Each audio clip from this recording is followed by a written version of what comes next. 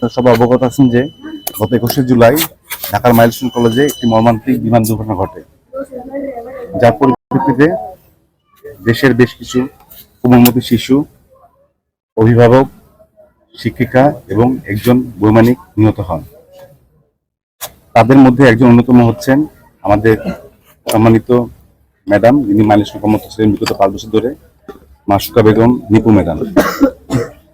আমরা আজকে এখানে এসেছি মূলত বিমান বাহিনী প্রধানের পক্ষ থেকে এবং বিমান বাহিনীর সকল সদস্যের পক্ষ থেকে তার প্রতি শোক এবং সম্মান জানানোর জন্য। আপনারা সবাই অবগত আছেন যে তিনি শুধু একজন শিক্ষকই ছিলেন না, তিনি ছিলেন একজন সাহসিনী, তিনি ছিলেন একজন আদর্শ নাগরিক, যিনি তার নিজের জীবন বাজি রেখে অনেক শিশুর জীবন রক্ষা করেছেন এবং তার নিজের জীবনকে উৎসর্গ করেছেন। আমরা তার বিধি আত্মার মাগফিরাত কামনা করছি এবং আমরা তার পরিবারের প্রতি শোক এবং সমবেদনা ব্যক্ত করছি। আমি নিশ্চিত তার এই আত্মত্যাগ, তার এই মহান আত্মত্যাগ দেশবাসী মহান শ্রদ্ধা করে চিরকাল স্মরণ রাখবে এবং আমরা বিমান বাহিনী বলতে চাই, আমরা তার পরিবারের সবসময় পাশে আছি, সুখে দুঃখে।